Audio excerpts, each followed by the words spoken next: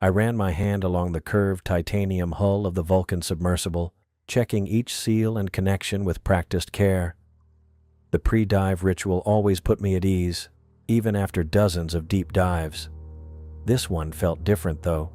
We were about to explore a hydrothermal vent field that no human had ever seen before. External pressure sensors calibrated, I muttered to myself, making a check on my tablet. The hangar bay of the Mariana Explorer hummed with activity around me as I continued my inspection. The comms unit inside my helmet crackled. "Dr. Wilson, this is Mission Control. Communications check, over." Dennis Gregory's voice came through with characteristic precision. I tapped the response button on my wrist panel. "Reading you clearly, Dennis. All systems show green. Life support optimal, hull integrity confirmed, and external sampling equipment is locked down." "Confirmed, Dr. Wilson. Telemetry data looks good from our end." There was a slight pause. "Captain Hall wants a word before you launch." I glanced up to see Helen approaching across the bay, her Navy uniform crisp despite the humid conditions inside the hangar. Her expression was serious, more so than usual. "Leon," she said as she reached me, "satellite imaging just came in. There's increased volcanic activity in the region, about 12 kilometers from your dive site." "How recent is the data?" I asked, continuing my checks on the external sampling ports. "Less than an hour old. The seismology team says it's within acceptable parameters, but..." Helen crossed her arms. "It's your call. We can postpone if you want to wait for conditions to stabilize." I shook my head. "We've been planning this dive for months. The equipment is ready, the team is ready, and the window of opportunity is now." I looked up at her. "Unless you're ordering me not to go?" Helen sighed. "No, I'm not ordering anything. Just making sure you're aware of all variables." "I appreciate that," I said, genuinely meaning it. Helen's caution had saved more than one expedition from disaster. "I'll keep a close eye on the thermal readings. Any significant change, and I'll abort the dive." She nodded, though the concern didn't leave her face. "Good luck down there." As Helen walked away, I climbed into the submersible's cramped cockpit, settling into the pilot's chair. The interior was a tight arrangement of displays, controls, and life support systems. I connected my suit to the submersible's oxygen supply and began powering up the systems. "Final systems check complete," I reported, flipping the last switches on the control panel. "Ready to initiate launch sequence." Dennis responded promptly. "Understood. Hangar doors opening now." I felt rather than heard the vibration as the massive doors below the Vulcan began to part. Through the viewports, I watched the dark water of the Pacific come into view.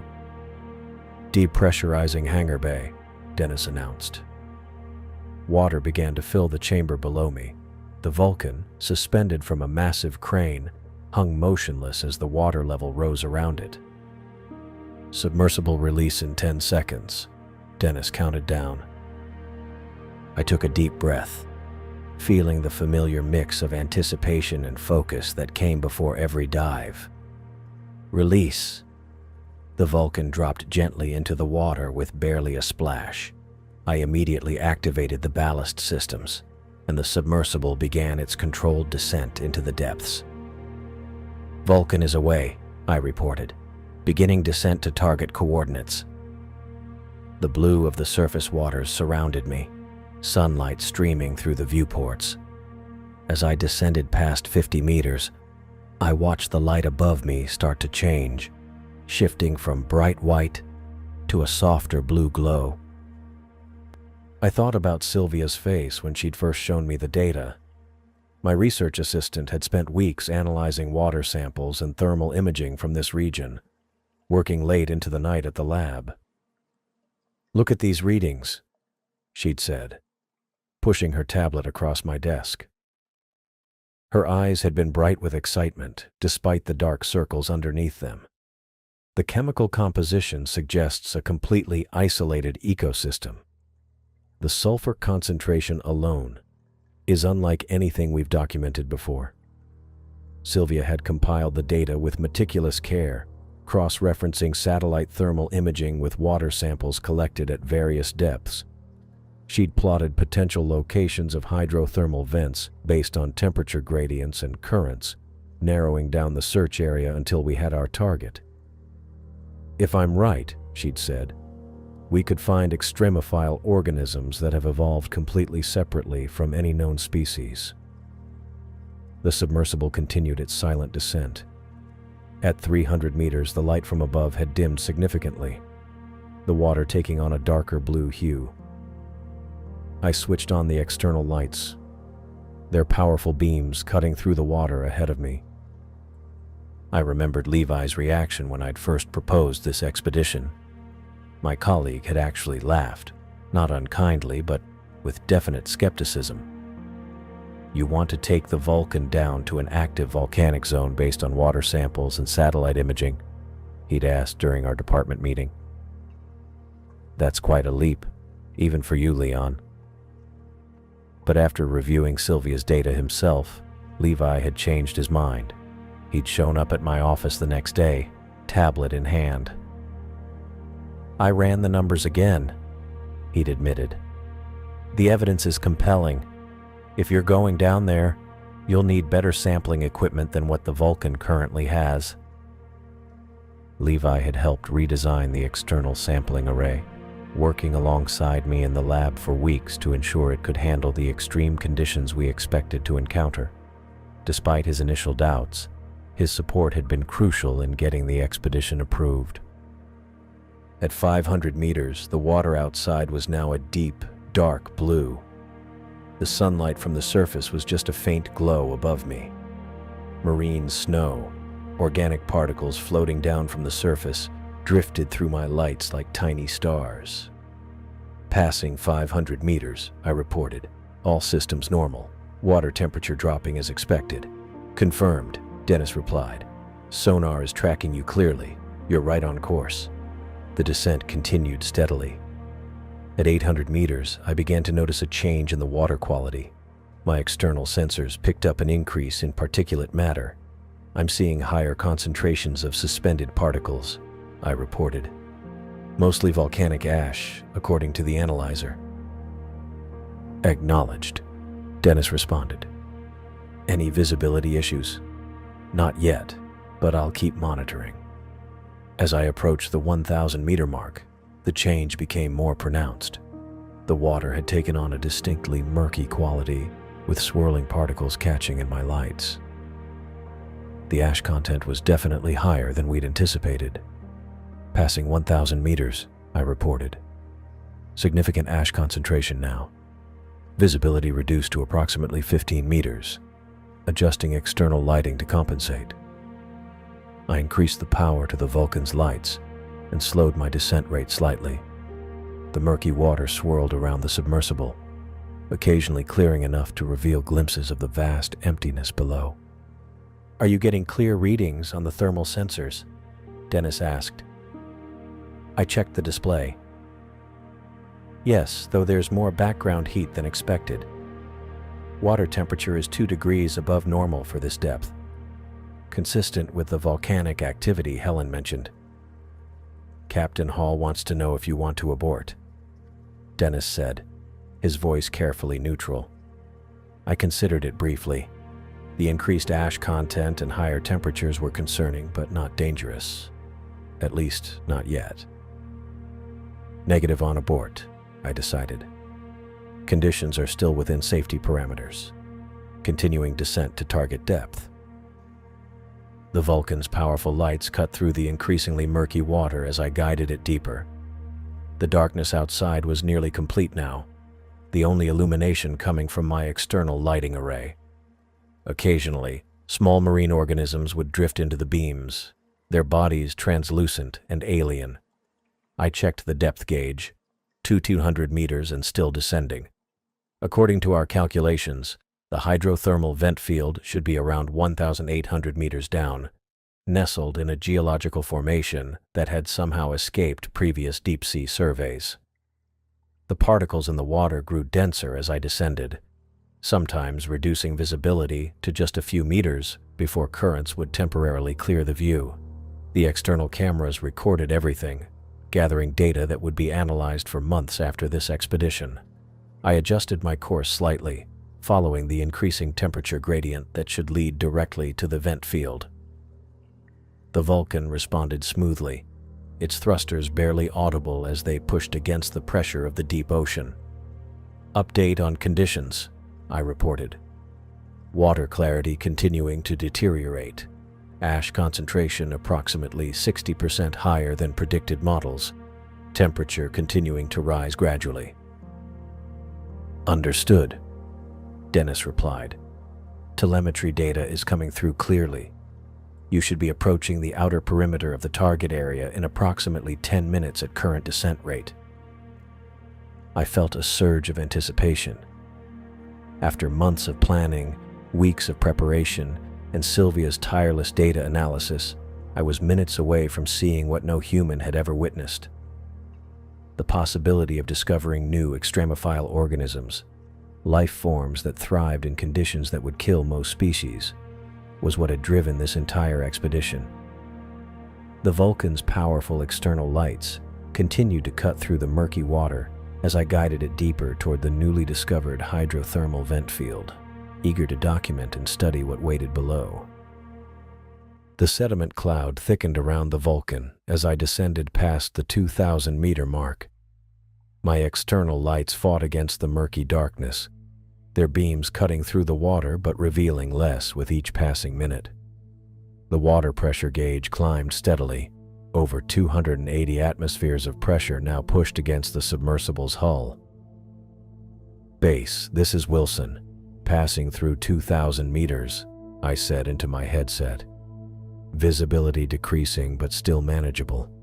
Ash concentration continuing to rise. Dennis's voice came back, slightly distorted by the increasing depth. "Copy that, Wilson. How's the thermal reading looking?" I checked the display. Water temperature is 15 degrees Celsius higher than baseline for this depth, consistent with our models for proximity to active vent systems. I kept my eyes fixed on the navigation display, cross-referencing it with the sonar readings that painted a rough picture of the terrain below.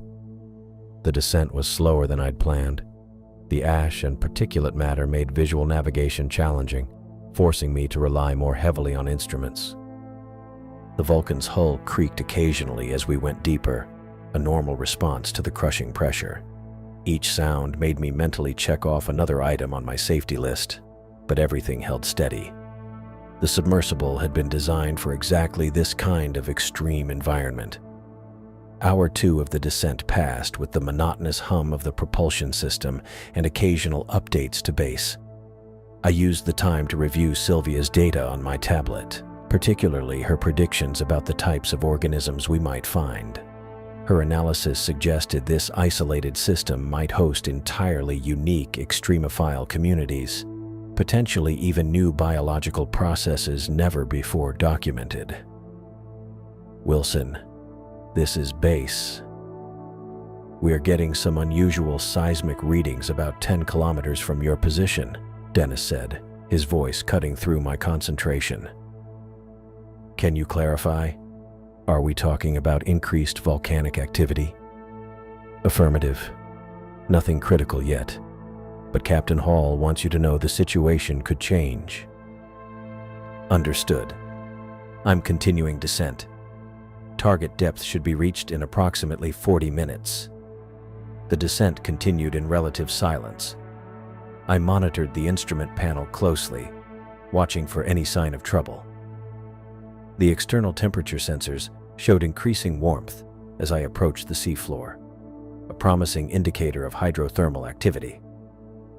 Nearly 3 hours after beginning my descent, the seafloor finally came into view, a barren alien landscape illuminated by the Vulcan's powerful lights.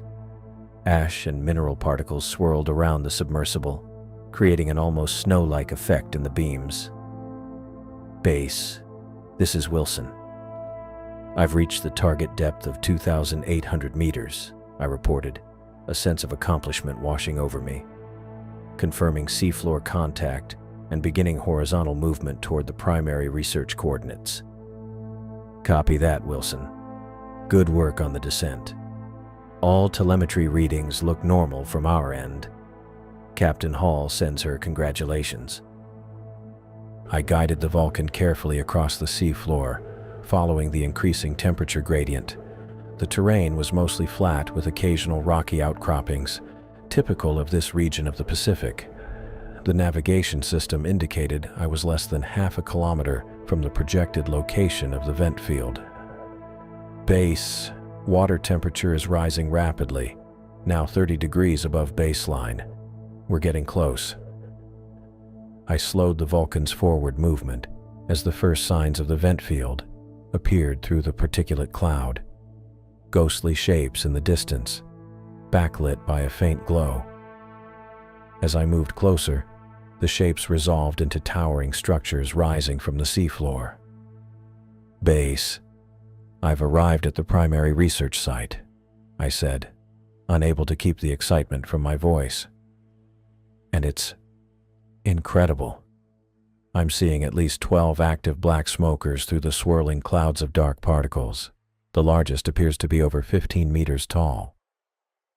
We're receiving your video feed, Dennis replied. The whole team is watching. This is remarkable, Wilson. The black smokers stood like a forest of strange chimneys, each one belching dark plumes of superheated, mineral-rich water. The scene was otherworldly, like nothing I'd seen in all my years of deep-sea exploration. The largest vents created their own localized currents as the hot water rushed upward into the cold ocean. The structures are classic chimney formations, I narrated as I slowly circled the perimeter of the field. Formed from precipitated minerals, mostly iron sulfides, giving them that dark coloration. They're rising from fissures in the seafloor crust where seawater has penetrated down to the magma chamber below. I guided the Vulcan closer to one of the mid-sized vents, careful to maintain a safe distance. The external temperature sensors spiked dramatically. I'm getting temperature readings from the expelled water. The largest vent is putting out water that exceeds 700 degrees Celsius. The only reason it's not turning to steam is the enormous pressure at this depth. The control room went silent for a moment before Dennis spoke again. 700? Are you sure that's accurate? Positive. The readings are consistent across multiple sensors. I moved the Vulcan in a slow arc around the largest vent. I'm activating the water composition analyzers now. I flipped the switch that deployed the sensitive chemical detection equipment. The readouts began to populate on my screen, showing the breakdown of elements and compounds in the surrounding water. Base. I'm finding unusual readings from the water analyzers. Sulfide concentrations are far higher than we anticipated, nearly triple what we typically see at established vent sites. There's also an unusual ratio of copper to zinc. That's fascinating, Dennis replied. Dr. Barr is practically bouncing off the walls up here. She says that chemical profile suggests this could be a very young vent system. That's my assessment as well, I agreed, studying the readouts more carefully. The mineral composition suggests recent and significant volcanic activity. This might be our chance to study the early colonization stages of a vent ecosystem. I checked the external cameras and noted several areas where what appeared to be bacterial mats had formed near the bases of some vents, looking like white patches against the dark seafloor. I'm going to try to get closer to the largest vent for better imagery and samples, I told Base, already adjusting the Vulcan's ballast system for finer control. The currents grew stronger as I approached the towering chimney I mentally dubbed Prometheus. The hot water rising from the vent created powerful upward currents that pushed against the submersible, making precise positioning difficult. "Experiencing some challenging currents here," I reported as I fought with the controls. "The heat differential is creating quite a flow. Nothing the Vulcan can't handle, but it requires some finesse." I engaged the auxiliary thrusters to compensate for the currents, carefully maneuvering closer to Prometheus. The black smoker loomed in my viewport, belching its dark plume into the water column. Up close, I could see the intricate textures of the chimney, layers of minerals that had precipitated out of the superheated water as it cooled upon contact with the near-freezing deep ocean. "Base, I'm now approximately 5 meters from the primary vent structure, activating the external camera array for comprehensive video documentation." I pressed the sequence that deployed the submersible's specialized camera system, a series of high-definition cameras designed to capture video from multiple angles simultaneously, giving a complete view of the subject. "Camera array active and recording," I confirmed as the system came online. The footage should give us excellent material for analysis back on the surface. As the cameras recorded, I studied the structure more carefully. The chimney wasn't uniform, but showed variations in color and texture along its height. Near the base, it was wider and darker, while the upper portions showed fresher, lighter-colored deposits. Based on the mineral deposit patterns, I'd estimate this particular smoker formed within the last 6 months, I told Base. The layering is minimal compared to established vents, and the chimney walls appear relatively thin. It's rare to get an opportunity to study such a young formation. "That aligns with our seismic data," Dennis confirmed. "We've recorded increased activity in this region over the past year."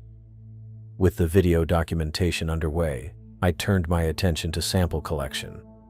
The Vulcan was equipped with 2 robotic arms controlled from inside the cockpit, precision instruments capable of delicate manipulation, despite the crushing pressure outside. "Moving to sample collection phase," I announced, powering up the robotic arm system. The controls extended from the console, and I placed my hands on them, feeling the responsive feedback as the external arms came to life. "First target is a small fragment from the outer chimney wall," I narrated as I carefully maneuvered the primary arm toward a promising section of the vent. "Looking for a piece that appears to have biological colonization." The arm extended slowly, its mechanical fingers positioned to grasp a small outcropping on the chimney's surface. With minute adjustments, I closed the gripper around the target sample. "Got it," I said as the piece broke free. I carefully moved it to one of the sample containers mounted on the Vulcan's exterior, placing it inside and sealing the compartment. First sample secured. It appears to have some kind of microbial mat on one surface. I proceeded methodically, collecting additional samples from various heights along the chimney, as well as water samples from different distances from the vent opening. Each sample was carefully labeled and documented in the ship's computer. "Base, I've collected 7 distinct solid samples and 4 water samples from the primary vent site," I reported after nearly an hour of meticulous work. "Each has been preserved according to protocol for biological and chemical analysis." "Excellent work, Wilson," Dennis replied. "The team is eager to get their hands on those samples." I took a moment to review my notes, ensuring I'd documented everything properly for the research team waiting on the Mariana Explorer. The samples represented potentially groundbreaking discoveries about life in extreme environments, organisms that thrived in conditions that would destroy most life forms on Earth. "All samples are secured and properly preserved," I confirmed as I finished my documentation. "The video footage has captured the full structure of the vent field from multiple angles. I'd say this first observation session has been a complete success." I secured the last sample container in the storage rack, pleased with the collection we'd gathered from the vent field. The black smokers loomed in the darkness around me, their mineral-rich plumes billowing into the ocean like underwater storm clouds. I checked my depth gauge again, still holding steady at just under 2,800 meters. The pressure outside the Vulcan's reinforced hull would crush an unprotected human body in milliseconds. Base, I'm preparing for the return journey, starting final documentation of the site before departure, I said into my comms. Copy that, Rodney, Dennis replied. We're seeing excellent telemetry. The research team is already reviewing the preliminary data you sent. I maneuvered the submersible in a slow circle, capturing one last panoramic view of the vent field. That's when I noticed it. Something big, moving at the far edge of my light's reach. A dark mass, there and then gone. I squinted through the viewport, adjusting my position in the pilot's seat. Probably just ash and particulates creating shadows as they swirled through my light beams. The water here was thick with volcanic debris, playing tricks on the eyes. I'd spent enough time in deep submergence vehicles to know how the mind could conjure shapes from nothing when you were surrounded by darkness. I continued my documentation, panning the external cameras across the towering structures of the largest black smokers. The bizarre underwater chimneys stretched upward like the spires of some alien cathedral, their surfaces teeming with bacterial mats. There it was again, larger this time, a shadow that moved with purpose across my peripheral vision. I stopped the camera pan and turned the submersible toward where I'd seen the movement. The external floodlights cut through the murky water, but revealed nothing but suspended particles. My heart rate ticked up a notch. After hundreds of dives, I developed a sixth sense for when something wasn't right in the deep. Dennis, are you getting any unusual readings on your end? I asked, keeping my voice even. Negative, Rodney. All systems normal. Something concerning you? I hesitated. I might have seen something moving out there. Probably nothing, just currents pushing around sediment clouds. But it didn't feel like nothing. What I'd glimpsed seemed too solid, too deliberate in its movement. I adjusted the external lights, angling them wider to illuminate more of the surrounding water. The beams cut through the darkness, creating cone-shaped pathways through the particulate-heavy water. Actually, I'm going to do a quick perimeter scan before heading up, I decided, manipulating the controls to slowly rotate the Vulcan. The shadow crossed my field of vision again, this time with unmistakable purpose. No random current or sediment cloud moved like that. This was something large and alive, circling just beyond clear visibility.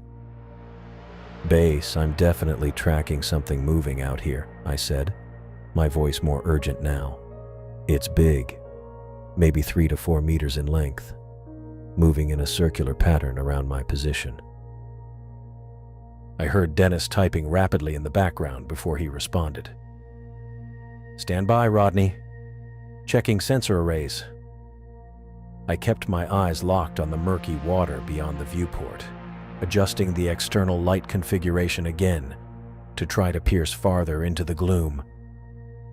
The particles in the water reflected the light back at me, creating a frustrating barrier to clear vision. Rodney, we're picking up something on passive sonar. Dennis's voice came back, tighter than before. There's definitely a large biological mass moving in your vicinity. Mass estimation puts it at... This can't be right. Approximately 8 to 9 meters in length. My mouth went dry. Repeat last, Dennis. Did you say 8 to 9 meters? Affirmative. Whatever it is, it's big, and it's circling your position at about 30 meters distance. 8 to 9 meters. At this depth? That was impossible. Nothing that large should be able to survive the crushing pressure this far down, let alone maneuver with the apparent speed and agility I was witnessing. Great whites maxed out around 6 meters, and they certainly didn't dive to the Hadal zone. I'm going to increase illumination to maximum, I said, flipping the switches to bring all external lights to full power. The energy drain would be significant. but I needed to see what was out there. The increased light penetrated farther into the water column, and I caught a better glimpse of the shape, elongated, powerful, moving with a sinuous grace that seemed impossibly fluid for something so large. "I've got visual," I reported, trying to track it through the viewport. The impact came from my left side, a massive force slamming into the Vulcan with shocking violence. The submersible rocked sideways, throwing me against my harness. Tools and equipment not properly secured clattered across the cabin floor. Red warning lights flashed across my control panel as alarm klaxons blared in the confined space. My hands flew to the controls, fighting to stabilize the suddenly tilting craft. The submersible was tough, designed to withstand extreme conditions, but nothing in its specifications included withstanding an attack. "Mayday, mayday! Base, I'm under attack!" I shouted into the comms, wrestling with the controls. "Something just rammed the port side hull." "Rodney, what's happening?" Dennis's voice came through, tight with alarm. The Vulcan stabilizers whined as I fought to level out. My eyes darted to the hull integrity display, 92% and holding. The reinforced titanium had held, but another hit like that could be catastrophic. "I don't know. Something huge just slammed into me." I managed to get the submersible stable again, quickly scanning all systems. Hull integrity at 92%. No breaches detected, but I've got multiple system warnings. "Can you identify what hit you?" Dennis asked, his voice controlled but urgent. "Negative. I just saw movement and then..." I cut off as a shadow passed directly over the submersible, momentarily blocking the upward lights. "It's circling back around." I caught the creature in my forward lights as it banked in a wide turn. For a second, it was fully illuminated, and what I saw made no sense to my brain. The creature had a massive, elongated body with 4 powerful flipper-like limbs. Its head was enormous, a reinforced skull with jaws that looked capable of crushing steel. A long, powerful tail propelled it through the water with frightening speed and agility. But it was the overall shape that sent ice through my veins, the distinctive silhouette that any child who'd ever visited a natural history museum would recognize. "Dennis," I said, my voice barely above a whisper as I watched the impossible creature circle back toward me. "I'm looking at what appears to be a marine reptile, resembles a pliosaur or mosasaur, something that should have been extinct for 65 million years." The creature made another pass in front of my viewport, slower this time as if studying me. Its eye, an enormous dark orb, fixed on the submersible with terrifying intelligence. This was no mindless predator acting on instinct. It was assessing me, determining if I was prey, threat, or something else entirely. "Rodney, repeat your last. Did you say extinct marine reptile?" Dennis's voice had lost its professional edge. "Affirmative," I replied, unable to tear my eyes away from the creature. "I'm looking at something that looks exactly like a marine reptile from the late Cretaceous. Approximately 9 meters long, massive skull structure, 4 powerful flippers, long tail. It's a living fossil, something that should not exist." The creature circled once more, its movements deliberate, calculating. I kept the Vulcan stationary, afraid that any sudden movement might trigger another attack. Through the viewport, I could see details that made my scientific mind race. The creature's hide was dark, mottled with lighter patches, perfectly adapted for deep water camouflage. Its flippers moved with a grace that belied their power. "Rodney, Captain Hall is ordering an immediate ascent. Get out of there now." I nodded, though no one could see me. Preparing for emergency ascent.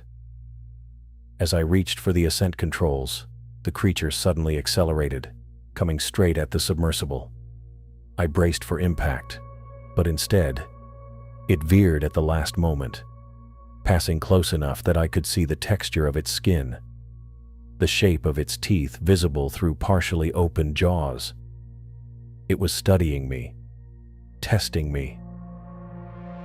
The massive shape banked again in the water, moving with a fluid grace that belied its size. I grabbed the external light controls and focused the beams, illuminating more of its features. The elongated body, the powerful tail, the distinctive skull shape. This wasn't just any marine reptile. Dennis, I'm looking at a prognathodon. It's a type of mosasaur. A what? Dennis's voice crackled through the comms. A marine predator from the late Cretaceous period. It should have been extinct for over 65 million years. I tracked the creature with the lights as it circled wider. This specimen is at least 9 meters long, possibly larger. The mosasaur suddenly changed direction, its body coiling before straightening into a direct charge. I barely had time to brace myself. It's coming straight for... The impact slammed into the port side of the Vulcan with bone-jarring force. My body yanked against the harness straps as the submersible spun violently. The reinforced skull of the prognathodon had hit like a battering ram, sending me and my vessel tumbling through the water. Red warning lights flashed across the control panel. The cabin emergency lighting kicked in, casting an eerie glow across the instruments. I grabbed the stabilizer controls, fighting to level the submersible. "Mayday, mayday! I've been hit again," I shouted into the comms. "Hull integrity down to 84%. "Rodney," Dennis's voice was tight with concern. "Get out of there now." I worked the thrusters, trying to stabilize the craft. I'm trying, but visibility is nearly zero. All this sediment kicked up by the impact. I can barely see 5 meters in any direction. The submersible finally stopped spinning, but I had no visual on the creature. The water around me was a cloud of disturbed sediment, ash, and mineral particles. The external lights just created a blinding reflection in the murk.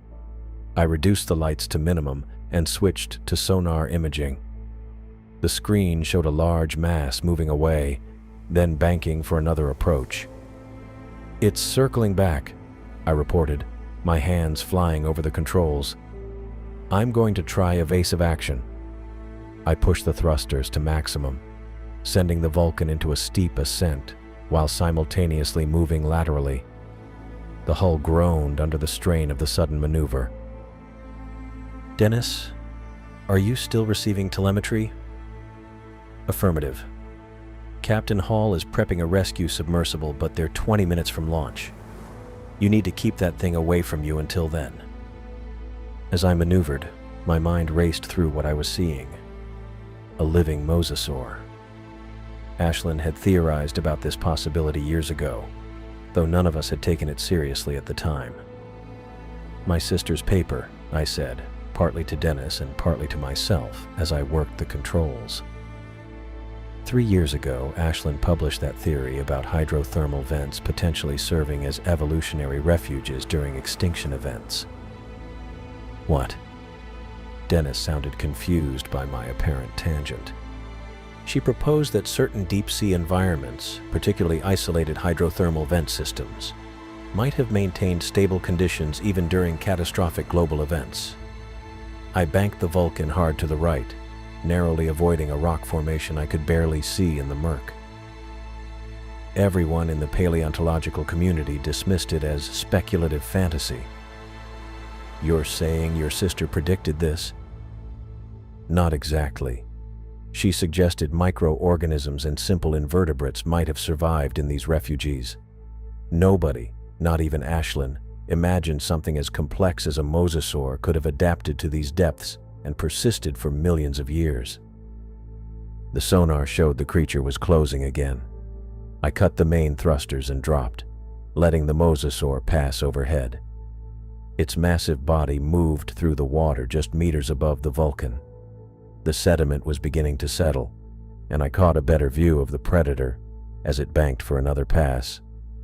Its scales were dark, almost black, but with a distinct reddish tint where the light hit them. Its eyes were milky, suggesting adaptation to the low-light environment. The creature's overall body plan matched prognathodon fossil records, but with notable differences. Its flippers seemed more developed, its tail fin more pronounced. "I'm recording this," I said, activating the full external camera array.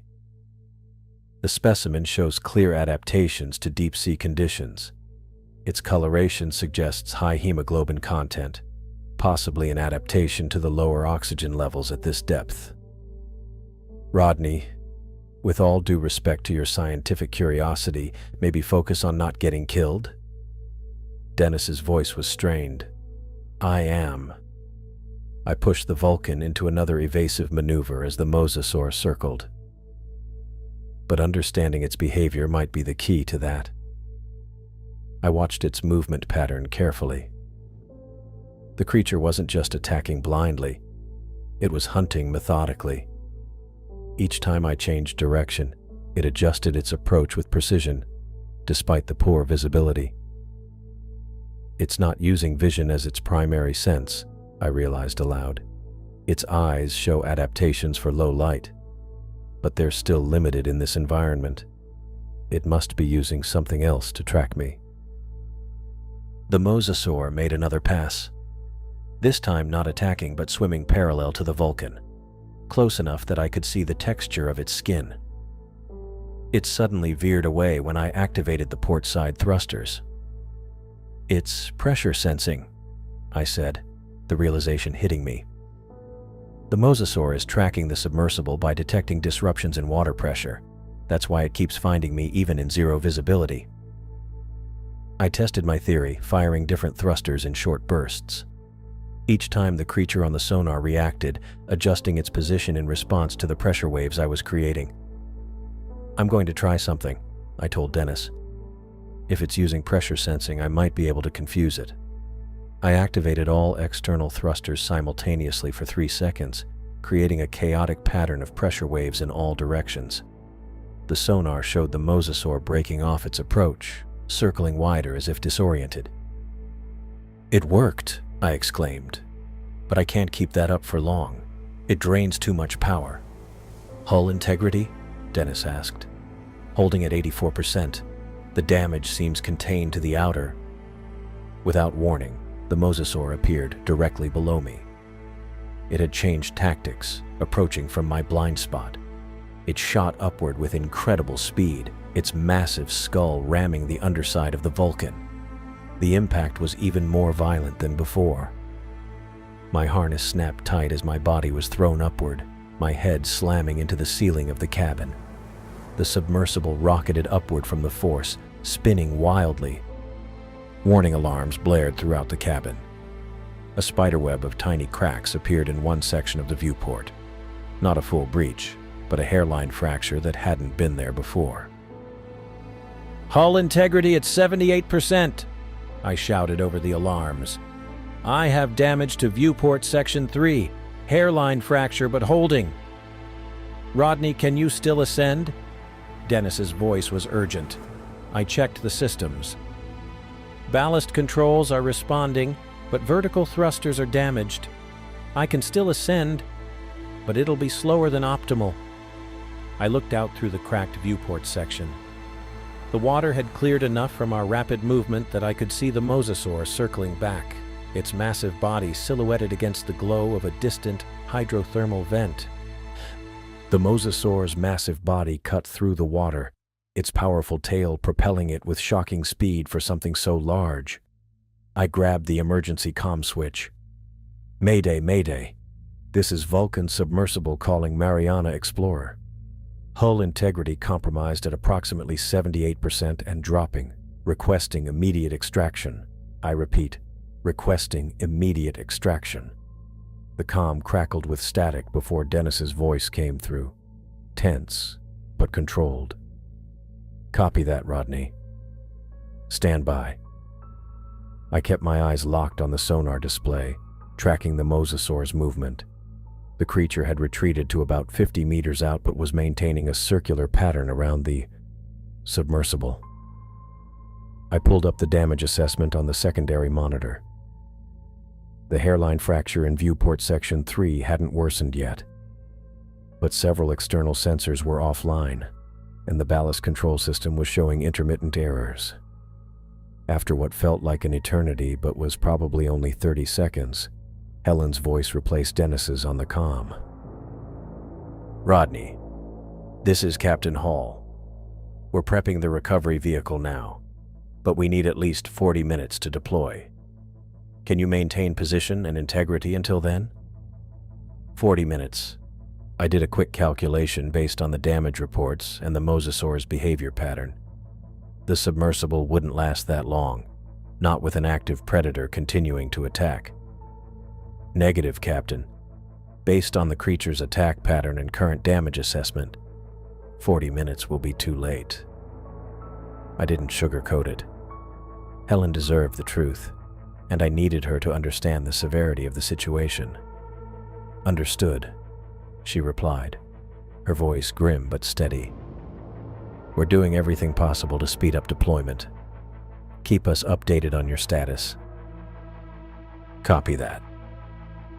I barely finished speaking when the mosasaur struck again, this time a calculated hit to the same section of the hull it had damaged earlier. The impact wasn't as violent as the previous attacks, but it was more precise, targeting the already weakened structure. The submersible spun violently. Warning alarms blared as the hull integrity dropped to 72%. I fought with the controls, trying to stabilize our position. Then I heard it. A sound no submariner ever wants to hear. The soft hiss of water finding its way through damaged seals. "Mariana Explorer. Hull integrity now at 72% and falling," I reported. "I have water intrusion from damaged seals. Minimal at this point, but increasing."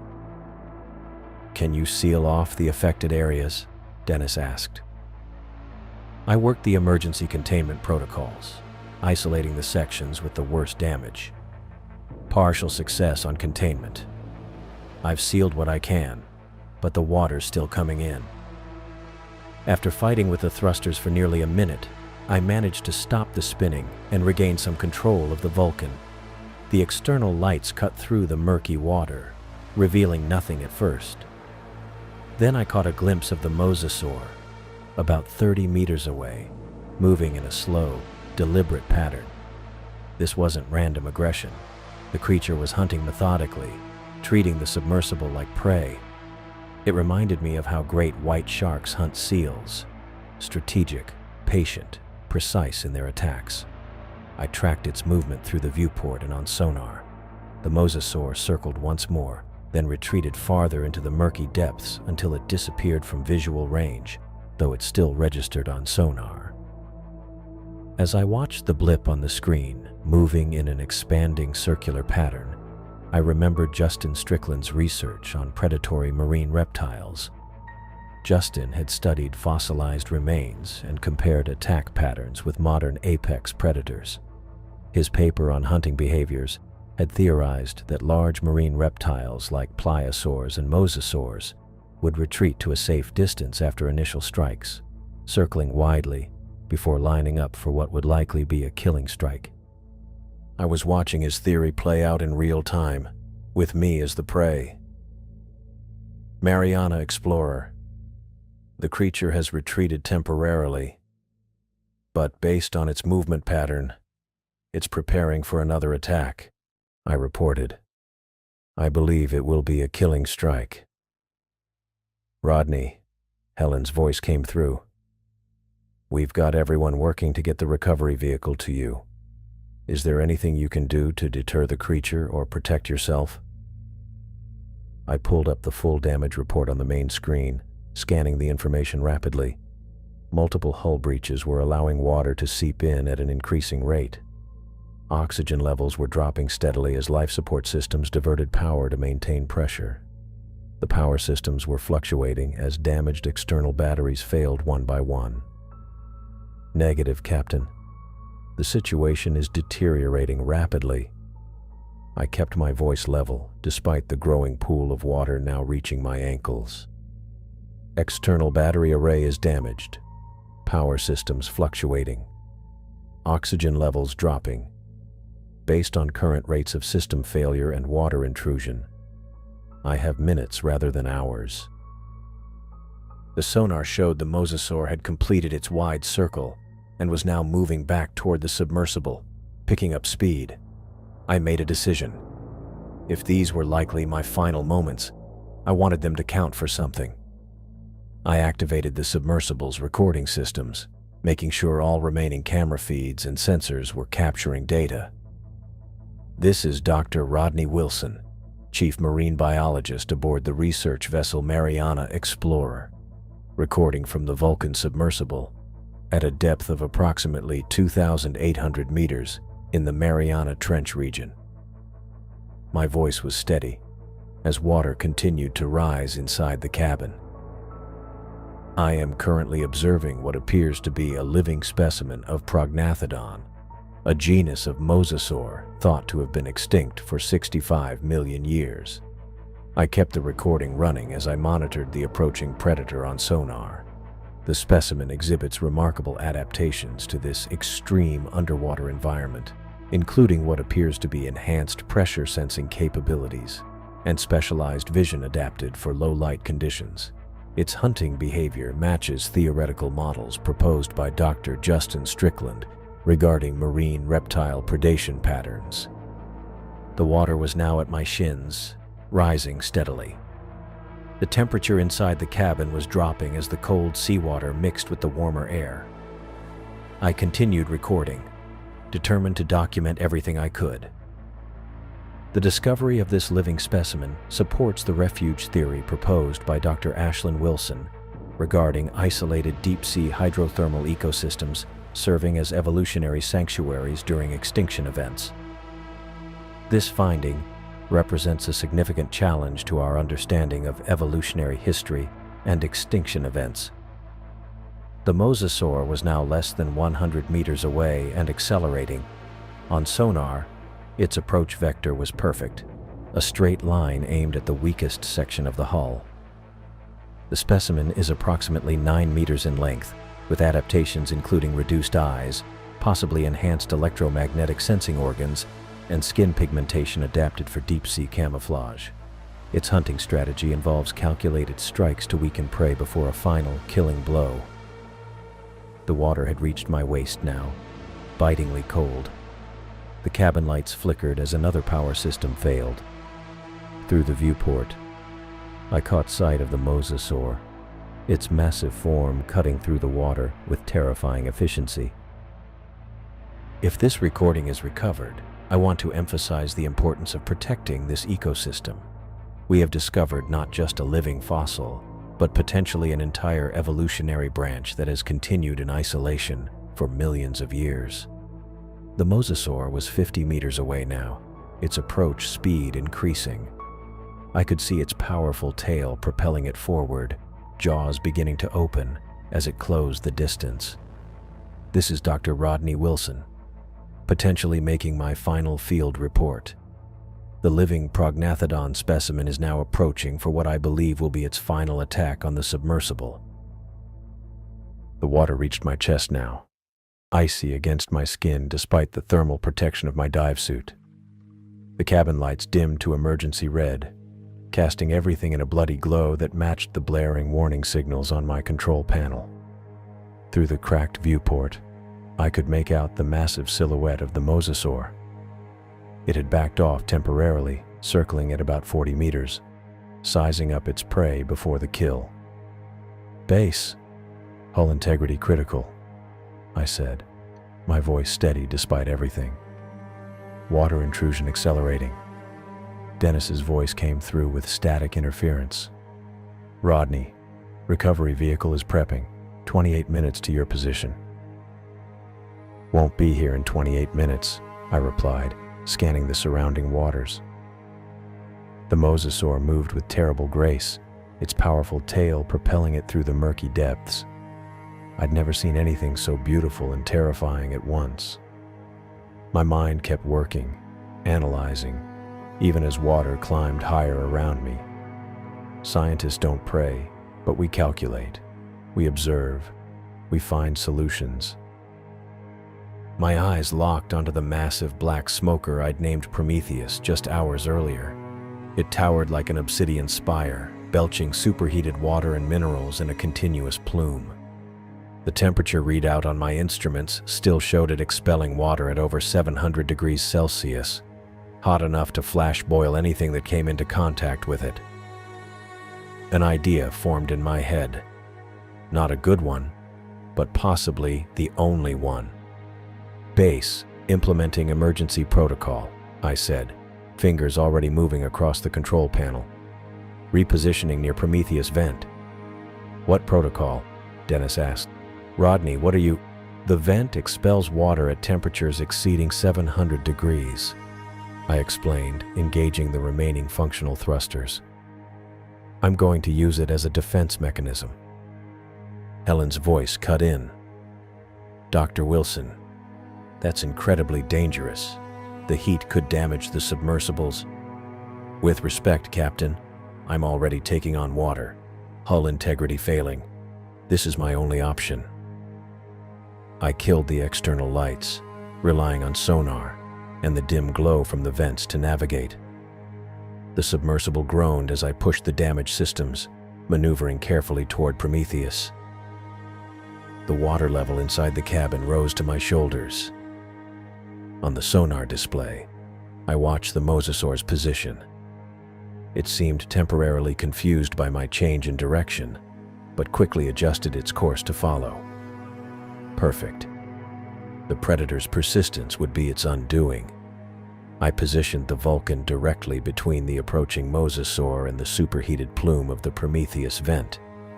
The black smoker loomed behind me, a constant geyser of scalding water that would cook anything passing through it instantly. I double-checked my position, making minute adjustments to ensure I was perfectly aligned. Base. I've positioned between the predator and the hydrothermal vent, I reported. The plan is simple physics. When it charges, I'll use emergency vertical thrusters to move up at the last second. If my timing is right, its momentum should carry it into the superheated water column. There was a pause before Dennis replied. Understood. Be careful with your timing. Always, I said, eyes fixed on the sonar display. The mosasaur had stopped circling and now faced directly toward me, still maintaining distance. I could almost feel its ancient predatory intelligence assessing the situation. Water sloshed around my neck now, forcing me to tilt my head back. The emergency oxygen mask hung from the ceiling panel, but I left it for now. I needed clear vision. It's coming, I said, watching the sonar blip accelerate. Beginning final approach. The massive creature surged forward, picking up speed. 9 meters of prehistoric predator, moving with purpose and power through the deep ocean darkness.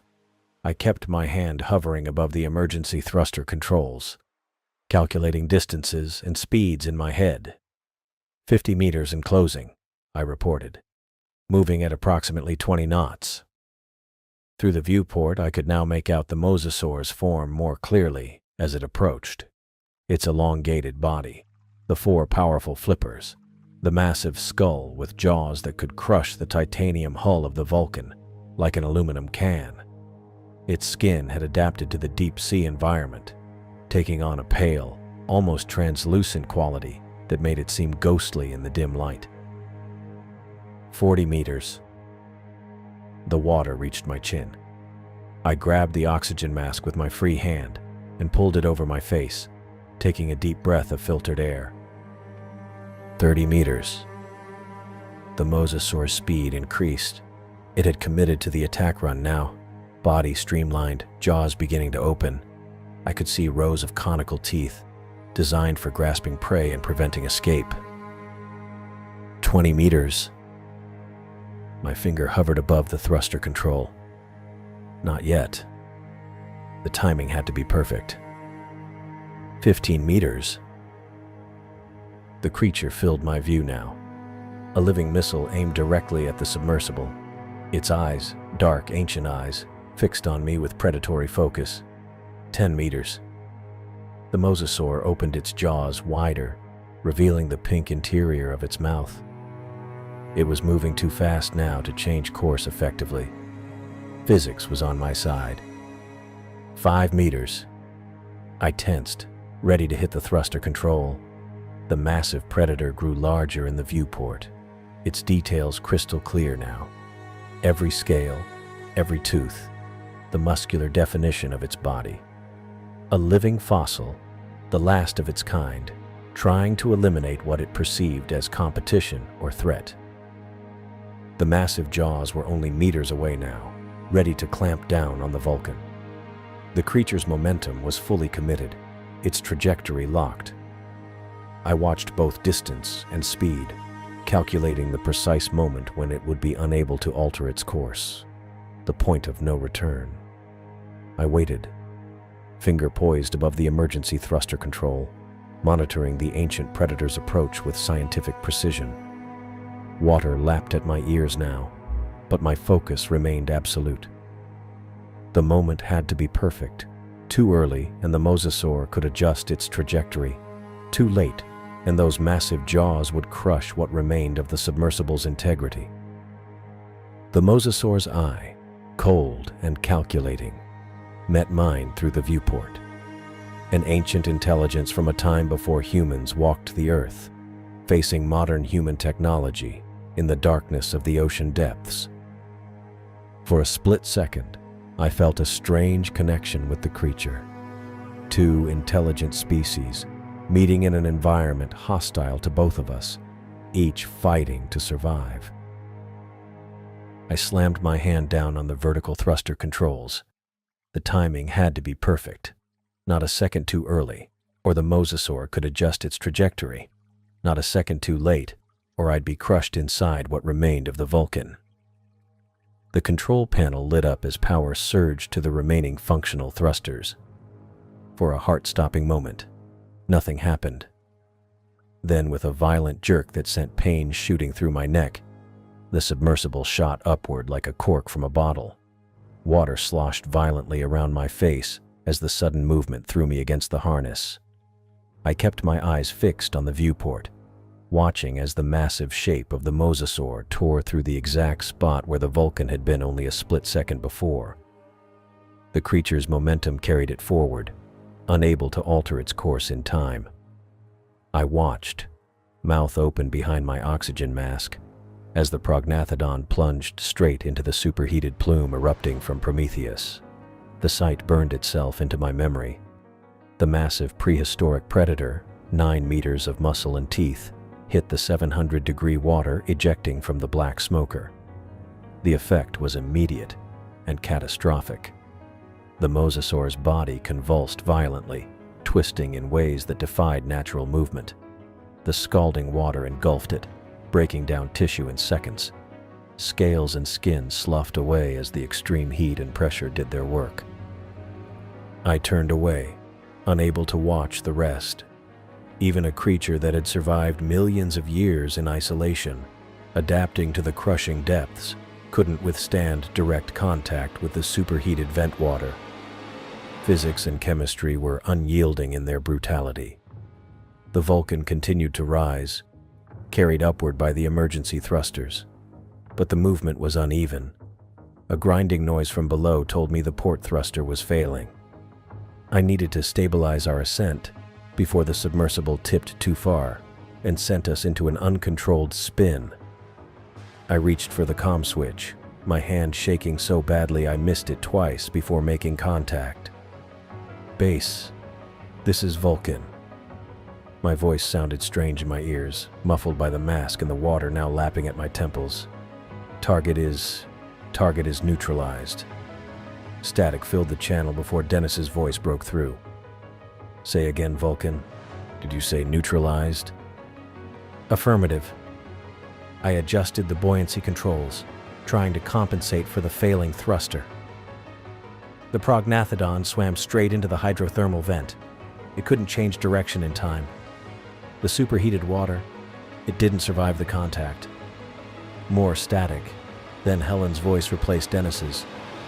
Understood, Vulcan. What's your status? I checked the instrument panel. Half the gauges were dark or flashing red warnings. Critical but stabilizing. Water intrusion continuing. Hull integrity holding at 68%. I'm moving away from the vent field now. Copy that. Continue your ascent. Recovery vehicle is being prepped. I turned my attention back to piloting. The Vulcan listed to starboard as I maneuvered it away from Prometheus and the other black smokers. The control response was sluggish, fighting me with every adjustment. Water continued to seep through the compromised seals, rising higher despite the bilge pumps working at maximum capacity. A groan of metal made me wince. Something in the hull structure was giving way under the immense pressure. I needed to ascend, but too quickly, and the pressure differential could tear the damaged sections apart. I steered toward the extraction point, coordinates locked into the navigation system. The external floodlights cut through the darkness, illuminating the seafloor passing below. The Vulcan's shadow rippled across the volcanic rock and sediment. The water level inside the cabin rose past my oxygen mask, forcing me to tilt my head back to keep my nose above the surface. The cold was becoming unbearable, seeping into my core despite the thermal protection of my dive suit. My fingers were stiffening, making precise control adjustments increasingly difficult. I spotted the emergency repair kit secured to the bulkhead, partially submerged, but still accessible. Keeping one hand on the controls, I stretched toward it, fingers straining. The first attempt fell short. On the second try, I caught the handle and pulled it toward me. The kit contained several canisters of emergency repair foam, designed to temporarily seal breaches in the hull. I identified the main leak point, a section where two hull plates joined near the floor. Water sprayed through in a steady stream. I popped the seal on the first canister, aimed it at the breach, and squeezed the trigger. The chemical foam expanded on contact with water, hardening almost instantly into a rubbery seal. The spray diminished, but didn't stop completely. I emptied a second canister into the gap, watching with relief as the flow finally stopped. Moving around the cabin was like swimming through molasses. I found two more significant leaks and sealed them with the remaining foam. It wasn't a permanent solution, but it might buy me enough time to reach the extraction point. The submersible continued its labored ascent. I checked the depth gauge, 2,650 meters. I'd gained only 150 meters of elevation since the encounter. At this rate, reaching a safe depth would take hours, time I didn't have with the oxygen systems compromised and water still finding its way in through smaller leaks I couldn't reach. I adjusted course slightly, avoiding a jagged outcropping that loomed in the external lights. The navigation display showed I was on track for the extraction coordinates, about 4 kilometers from my current position. Under normal conditions, the Vulcan could cover that distance in 20 minutes. Now, with damaged thrusters and compromised systems, it might take an hour or more. The cabin lights flickered again, plunging me into darkness for several seconds before the emergency backup kicked in. The red glow cast everything in a bloody hue, making the rising water look black and ominous. I checked the oxygen supply indicator on my mask. 70 minutes remaining at current consumption rates. The comms crackled to life, Helen's voice cutting through static. Vulcan, this is Mariana Explorer. Recovery vehicle is deploying now. ETA to your coordinates is 35 minutes. Acknowledge. I pressed the comm switch. Copy that, Explorer. 35 minutes. I checked my oxygen levels again, doing the math in my head. 70 minutes of oxygen. 35 minutes until rescue arrived. A thin margin, but workable if nothing else went wrong. I kept one eye on the oxygen readout and another on the rising water level. The numbers weren't adding up favorably. 70 minutes of oxygen, I muttered through my mask. 35 minutes until rescue. The math seemed simple enough, but I knew better. Water was still seeping through the hastily patched hull breaches, rising faster than the emergency pumps could handle it. At the current rate of water intrusion, I estimated the cabin would be completely flooded in less than 50 minutes. Once that happened, the electrical systems would short out completely, cutting off life support and communication. I pulled out my tablet, which was thankfully still functional, and began running calculations. My breath fogged the inside of my mask as I worked, forcing me to wipe it clear every few minutes. The cold was becoming a significant factor. Even with my thermal dive suit, my fingers were starting to lose dexterity in the frigid water. Oxygen consumption increases with stress and physical exertion, I reminded myself, trying to keep my breathing measured and calm. Current rate is approximately 1.8 liters per minute, factoring in the stress response. That's around 2.1 liters per minute.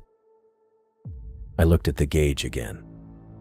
The needle was dropping faster than it should have been. Either my math was wrong, or there was another leak in the oxygen system I hadn't detected. A sudden lurch to the starboard side sent a wave of water splashing over my shoulders.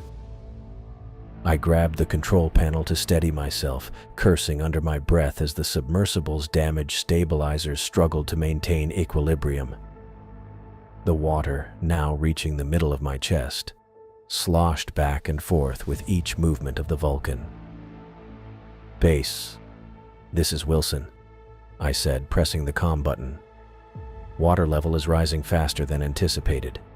Approximately 65% of cabin volume now submerged." Dennis's voice came back, breaking up slightly. "Copy that, Wilson. Can you give us an updated estimate on your life support status?" I looked at the gauges and frowned. Oxygen reserves depleting at an accelerated rate. New estimate is 58 minutes remaining at current consumption. There was a pause before Helen's voice cut in. "Rodney, we've got the recovery team moving as fast as they can. They're pushing the engines to maximum." "Understood," I replied, keeping my tone even. "I'll continue conserving oxygen where possible." As I released the comm button, I noticed the water had risen another inch. The temperature readout on my suit showed the water was a frigid 4 degrees Celsius. Core body temperature would become a concern soon. I reached above my head to the emergency kit mounted on the ceiling panel. My fingers found the auxiliary breathing apparatus, a closed-circuit rebreather designed for situations exactly like this. It would filter the carbon dioxide from my exhaled breath, recycle the remaining oxygen, and add small amounts from its own reserve tank. The system was more efficient than the standard life support, but had its own limitations. Water sloshed against my collar as I carefully fitted the secondary breathing apparatus over my primary mask. The connection hissed as it sealed, and the small LED indicator lit up green, confirming proper function. I adjusted the flow rate to the minimum required setting. Every molecule of oxygen needed to be conserved now. "Base, I've switched to the auxiliary rebreather," I reported. "Should extend oxygen duration by approximately 20%. "Good thinking," Dennis replied. "Recovery team reports they're pushing through some strong currents, but maintaining course to your position." I nodded, though no one could see me. The water had reached my shoulders now, and I had to tilt my head back slightly to keep the comms unit above the waterline. The control panel lights flickered ominously as water lapped at the lower edges of the instrument cluster. Using the tablet, which I now held above the water surface, I continued my calculations. With the rebreather active and assuming minimal physical exertion, I could stretch the remaining oxygen to perhaps 70 minutes. The recovery team would arrive in approximately 30 minutes if they maintained their current speed. That left a narrow margin of error, but it was better than nothing. The submersible groaned as another seal gave way somewhere behind me. I couldn't turn to look. The harness kept me secured to the pilot's chair, and releasing it in these conditions would be dangerous. The water level jumped another 2 inches, now reaching my chin when I sat normally. Base. Secondary breach detected, I reported. Water intrusion rate has increased by approximately 30%. Can you locate and seal it? Helen asked, her voice tense. I looked around the cabin, but the emergency lighting made it difficult to see clearly. Negative. I've used all the emergency sealant and I can't reach the affected area without leaving the pilot station. There was a brief consultation on the other end before Dennis came back. Maintain your position, Rodney. Attempting to reach the breach could create more problems than it solves. Recovery team is making good time. 28 minutes to your position. The next several minutes passed in a strange calm. I kept my breathing slow and measured, conserving oxygen while monitoring the systems that were still functioning. The water continued to rise, eventually forcing me to tilt my head back fully, just to keep my face above the surface. The cold was becoming more intense, seeping into my bones despite the thermal protection. I thought about the samples secured in the collection bay. The evidence of a living mosasaur, a creature that should have been extinct for 65 million years. If I didn't make it, would the samples be enough to prove what I'd seen? Would anyone believe my logs without the visual confirmation? The communication system crackled, pulling me from my thoughts. Wilson, this is Recovery 1, a new voice said. We've got your position locked and are on final approach. ETA 20 minutes. Copy that, Recovery 1, I replied, my voice sounding strange, even to my own ears. Be advised, cabin is now approximately 78% flooded. Primary life support is compromised. Operating on auxiliary systems only. Understood. We're pushing the engines to maximum. Hold tight. The water had now reached my jawline, even with my head tilted back. I was forced to adjust my position, partially standing in the harness to keep my head above water. The movement sent pain shooting through my cold, stiffened muscles. I checked the oxygen readout on my rebreather. The numbers were lower than I'd calculated. The system was working harder than expected to keep up with my body's demands. Despite my best efforts, my breathing had accelerated as the situation became more dire. Base, oxygen reserves at 45 minutes, I reported. Water level continues to rise. Copy that, Helen responded. Recovery team reports they've encountered stronger currents than expected but are still making progress. Revised ETA is 22 minutes. I did the mental calculation again. 45 minutes of oxygen. 22 minutes until rescue arrived. That left a margin of 23 minutes, assuming nothing else went wrong and the recovery operation went smoothly. It was going to be close. The water reached my mouth, forcing me to tilt my head back even further. I was essentially floating in my harness now, the frigid water surrounding almost my entire body. My limbs felt heavy and sluggish, the cold sapping my strength minute by minute. I focused on the samples again. They represented the scientific discovery of the century, possibly the millennium. A living specimen of a species thought extinct for over 65 million years, adapted to one of the most extreme environments on Earth. The implications were staggering. It would rewrite our understanding of evolution, adaptation, and extinction events. The lights flickered again, then stabilized at a dimmer setting. More systems were failing as water reached critical electrical components. The navigation system went dark, followed by the external temperature sensors. The sonar display sputtered and died. Base, losing systems rapidly, I reported. Navigation and external sensors offline, maintaining communication on emergency power. Copy that, Dennis replied. We're tracking your position from here. Recovery team has your coordinates locked. I checked my watch. 15 minutes had passed since the recovery team's last update. They should be approaching soon if they'd maintained their schedule. I scanned what was left of the instrument panel, looking for any sign of external contact. The next few minutes stretched into an eternity. The water had now completely covered my head, forcing me to rely entirely on the rebreather. I floated in the harness, surrounded by the dark water that filled the cabin, illuminated only by the few emergency lights that still functioned. The cold had penetrated so deeply that I'd stopped shivering, a dangerous sign of advancing hypothermia. Through the viewport, which was now completely submerged from the inside as well as the outside, I saw nothing but darkness. The external lights had failed long ago, leaving me blind to the world beyond the hull. I strained my eyes, searching for any sign of the recovery vehicle. Then I saw it, a faint glow in the distance, growing stronger by the second, a focused beam of light cutting through the abyssal darkness, sweeping back and forth in a search pattern. I wanted to signal them somehow, but with most systems offline, I had few options. The emergency locator beacon was still functioning, a small miracle given the state of the Vulcan's other systems. Its steady ping would guide the recovery team right to me. The light grew brighter, eventually resolving into multiple beams as the recovery vehicle approached. Through the viewport, I could make out its silhouette, a larger submersible with mechanical arms extended, designed specifically for rescue operations in deep water.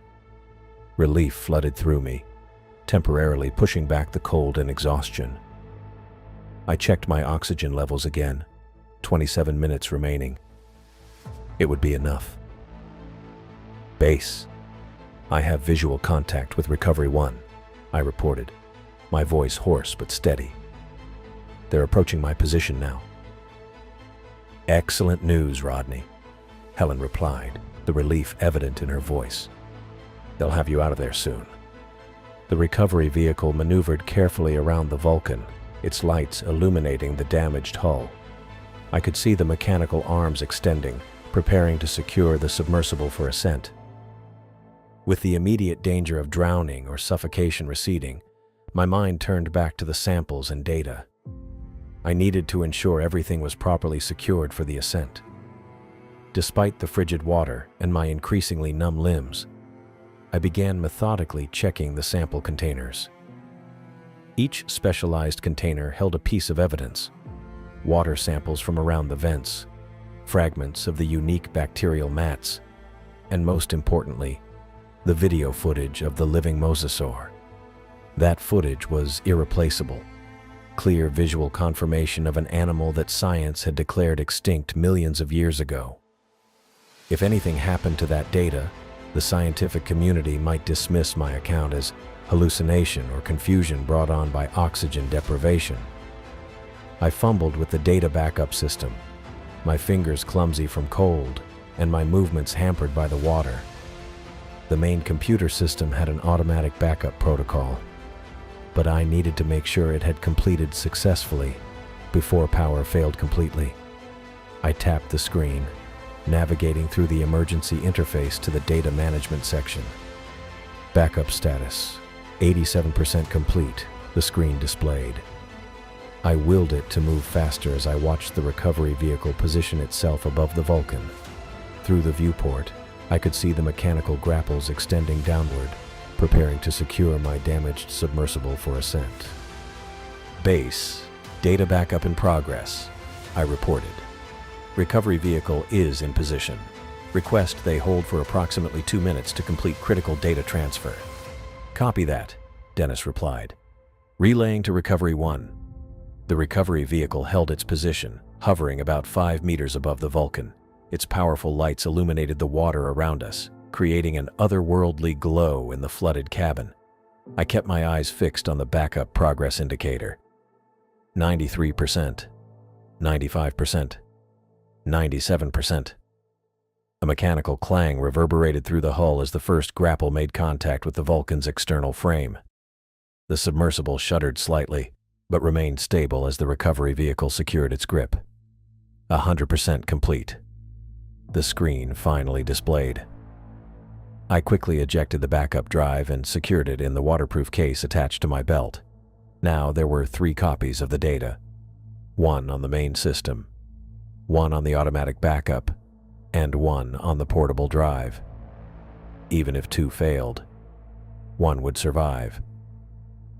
I checked the sample containers one last time, verifying that each was properly sealed and secured in the transport rack. The water samples, bacterial specimens, and mineral fragments were all safely contained, ready for analysis back at the lab. Base, all data secured and samples ready for transport, I reported. Recovery team can begin ascent procedures when ready. Copy that, Wilson, came the response from Recovery 1. We have secure grapple attachment. Preparing for ascent in 30 seconds. Brace for movement. I tightened my harness as much as possible, knowing that the initial motion could be jarring. The Vulcan had taken significant damage, and being pulled upward by external grapples would put stress on the already compromised hull. Through the viewport, I could see the remaining grapples locking into position around the Vulcan's frame. The recovery vehicle's lights shifted as it adjusted its position for optimal lift. A series of metallic clanks echoed through the hull as the final connections were secured. Then, with a sudden jolt that sent water sloshing violently around the cabin, the ascent began. The Vulcan lurched upward, pulled by the recovery vehicle's powerful engines. I was thrown against my harness, the breath momentarily knocked from my lungs. The pressure gauge began to show decreasing depth as we rose through the water column. 2,500 meters, 2,450 meters. The ascent was slow but steady, carefully controlled to prevent further damage to the Vulcan or decompression issues for me. My body was nearly numb from hours of partial submersion in near-freezing water. My muscles ached, and I could feel the early symptoms of hypothermia setting in, confusion threatening at the edges of my mind, fine motor control deteriorating. But none of that mattered now. What mattered was the evidence, the samples, the data, proof of a living fossil, a creature that had survived in isolation for millions of years, adapting to one of the most extreme environments on Earth. In my hands, secured in these sample containers and data drives, was evidence that would fundamentally change our understanding of evolutionary biology and extinction events. As the Vulcan continued its slow ascent toward the surface, I kept one hand firmly on the waterproof case containing the backup drive and the other on the sample rack.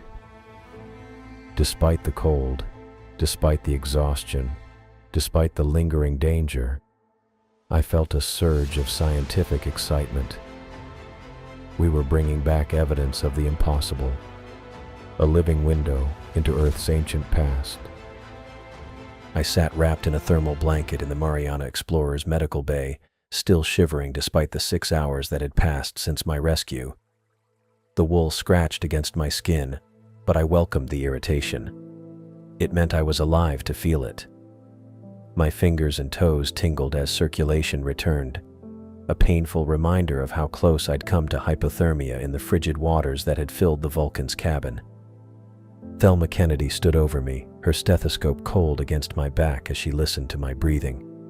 Her red hair was pulled back in a tight bun, her face a mask of professional concern. "Deep breath in," she instructed, moving the stethoscope to another spot. "And out." I complied, wincing at the soreness in my ribs from being tossed around inside the submersible. The oxygen mask I'd worn during the final minutes of the ascent had left red marks across my face, which Thelma had already documented in her examination. "Any dizziness? Nausea?" she asked, shining a penlight into my eyes. "No more than expected after what happened," I answered, trying not to blink against the light. My voice sounded rough, even to my own ears.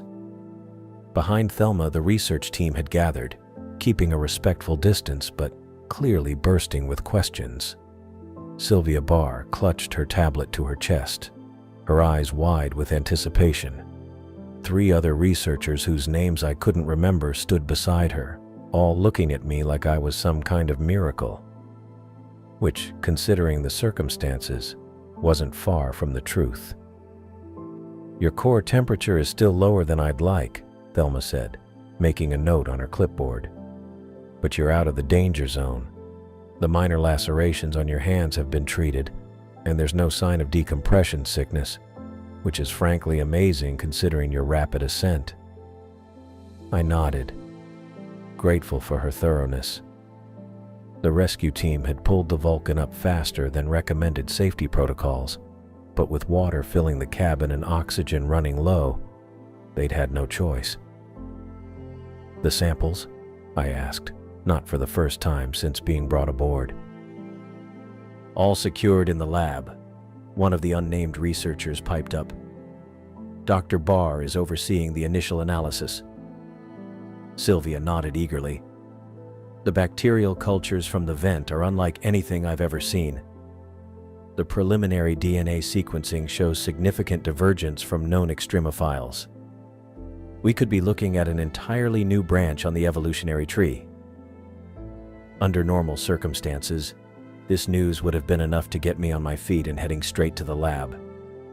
But the image of that massive creature, that living fossil, swimming through the depths, kept pushing everything else aside. "And the footage?" I asked, looking past Thelma to where Levi Lawrence stood near the medical bay's computer terminal. Levi ran a hand over his close-cropped hair, his expression a mixture of amazement and scientific skepticism. I'm still trying to process what I'm seeing." He tapped a few keys, and the main screen on the wall lit up with the underwater footage captured by the Vulcan's external cameras. The quality was better than I expected, considering the conditions. The massive shape of the mosasaur moved with surprising grace through the murky water, its powerful flippers propelling it with controlled bursts of speed. The room fell silent as we all watched. Even Thelma paused her examination, stethoscope hanging around her neck, eyes fixed on the screen. "That's a 9-meter prognathodon," I said, the scientific part of my brain still functioning despite everything. "A mosasaur that should have been extinct for 65 million years." Levi shook his head slowly, rewinding the footage to the clearest shot of the creature's head. The elongated skull with its rows of conical teeth filled the screen. "If you had told me this without showing me, I would have said you experienced nitrogen narcosis or oxygen toxicity. Trust me, I almost wish that was the case," I said, pulling the thermal blanket tighter around my shoulders. Levi zoomed in on the mosasaur's eye, that intelligent, predatory eye that had looked directly at me through the viewport. "The adaptations are fascinating. The enlarged eyes suggest evolution for low-light environments. The skin pigmentation is much darker than any reconstruction I've seen. It's been adapting to the deep-sea environment for millions of years," I said, feeling a spark of the old scientific excitement despite my exhaustion. "This isn't just a living fossil. It's an example of convergent evolution in an isolated ecosystem." "How is this possible?" Sylvia asked, stepping closer to the screen. "How could a population of Mesozoic marine reptiles survive the KT extinction event and remain undiscovered until now?" "My sister's theory," I said, remembering Ashland's research papers that had been dismissed by most of the paleontological community. She proposed that certain deep-sea hydrothermal environments could have served as refugia during mass extinction events, areas where life could continue relatively undisturbed while the rest of the planet experienced catastrophic changes. Dennis Gregory, who had been quietly standing near the door, spoke up. "And now we have proof she was right." I nodded, feeling a pang of regret that Ashland wasn't here to see this vindication of her work. "We need to mount a proper expedition," I said, sitting up straighter despite Thelma's disapproving look.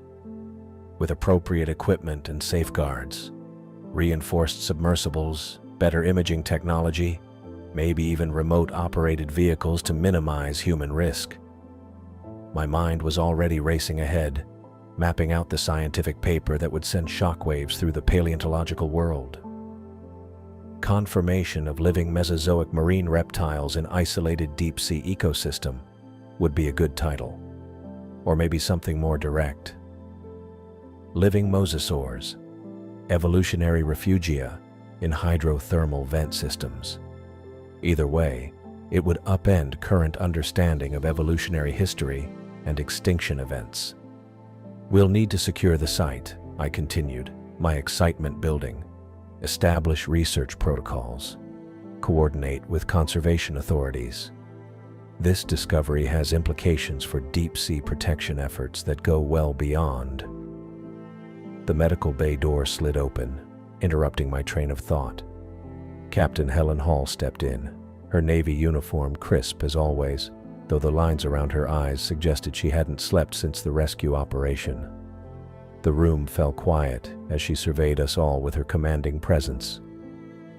"Dr. Wilson," she said, nodding to me. "Good to see you recovering." "Thank you, Captain," I replied. "I was just discussing plans for a follow-up expedition to—" Helen raised a hand, stopping me mid-sentence. "I'm afraid such plans will have to wait," she said, her tone leaving no room for argument. "The seismology team has been monitoring the area since your rescue. Volcanic activity has intensified dramatically in the past 4 hours. The entire vent field is now under what they're calling a significant eruption event." My heart sank. "How significant?" "Significant enough that the area will be completely inaccessible for the foreseeable future," Helen said, crossing to the computer terminal where Levi stood. She tapped a few keys, bringing up a sonar mapping of the seafloor where I'd been just hours ago. Red and orange indicators lit up across the screen, showing areas of heightened volcanic activity.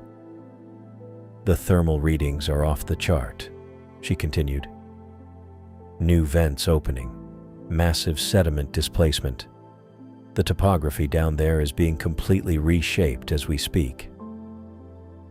I stared at the screen, watching as the digital representation of Prometheus and the other black smokers I'd documented were now surrounded by a chaotic mass of new thermal signatures. The entire field where I'd encountered the mosasaur was now a seething cauldron of superheated water and volcanic activity. "And the mosasaur?" I asked, already knowing the answer. "If it survived your encounter, it's almost certainly moved away from the area," Helen said. "These creatures have obviously evolved to sense changes in their environment. It's likely retreated to deeper waters, away from the disruption." I nodded, not surprised. Nature had a way of revealing one of its ancient secrets only to hide it away again just as quickly. The thought was both frustrating and strangely appropriate. The deep ocean remained one of the least explored environments on Earth, and perhaps it wasn't ready to give up all its mysteries at once. "We still have the samples and the footage," Sylvia said, trying to sound optimistic. "Yes," I agreed. "And the data drives contain enough evidence to fundamentally change our understanding of evolutionary biology and extinction events." The room fell quiet again as we all contemplated the implications. Part of me felt a sense of loss. The opportunity to study a living mosasaur in its natural environment was something I had never dared dream possible. But another part felt something close to relief. "Perhaps it's for the best," I said, surprising myself with the words. "Some depths might be better left unexplored, at least until we're better prepared for what we might find there." Thelma gave me a strange look, probably wondering if the cold had affected my brain after all. But I meant it. The ocean had nearly claimed my life today, and I had a new respect for its power and its secrets. Yet I knew I had survived to tell a tale few would believe without the evidence I'd brought back. Tangible proof that evolutionary history still harbored mysteries humans had barely begun to understand. The bacterial samples alone would keep research teams busy for years, and the footage of the mosasaur would force textbooks to be rewritten.